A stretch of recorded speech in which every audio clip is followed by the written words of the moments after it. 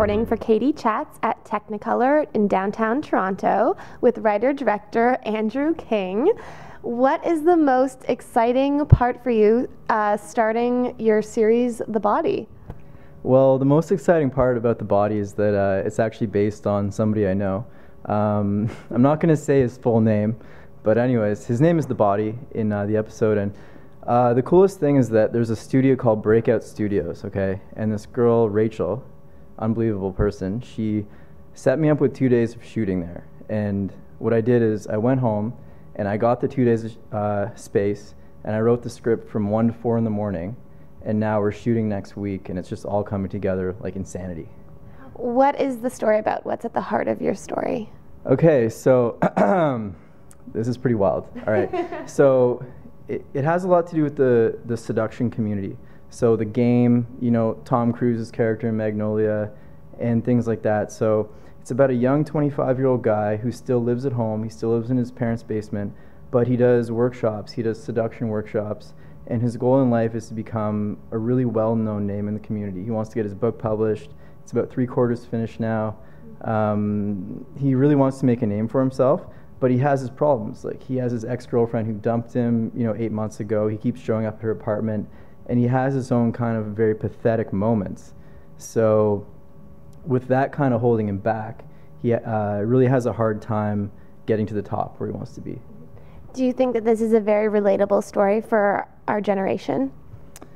I do, because the character is a very intellectual person, and he went to university, and he went to a good university, and he did well in school. So he's very smart, but yet he came out of university, and there's no jobs. There's really, I was kind of in the same situation, but like, it's no complaints. I mean, it's just the way it is.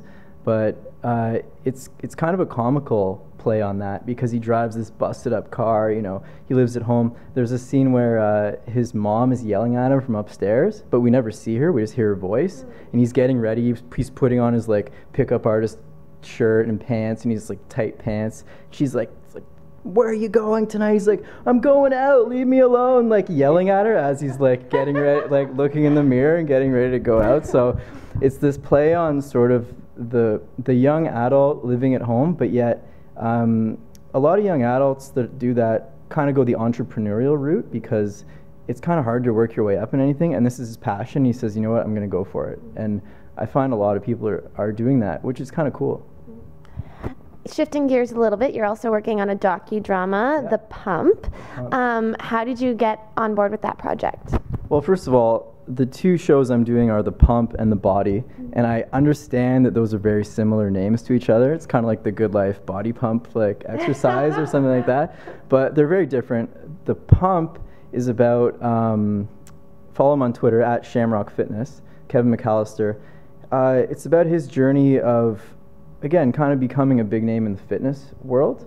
So on a business aspect, he wants to open his own gym. He has a young kid now, and it's about sort of his journey of becoming just this guy, this personal trainer, to being the main contact in Toronto in the fitness community. That's his goal. And I've been following him around for a couple months now and have tons of great footage, and there's about 2 more days of shooting left. And we shot one day where he was working with the past 4 Mr. Olympias. So we have footage of him interacting with them, and just some really big time names. So it's really cool to get into that community. Again, it's like working in the seduction community in The Body and the fitness community in The Pump. These are both very, very natural things, like having to do with being fit and being in shape, and also having to do with being able to talk to the opposite sex. But they're also kind of mysterious and underground communities. So it's kind of cool to explore both of those. And what have you learned from following around Kevin McAllister? I've learned quite a bit. I've learned what it's like.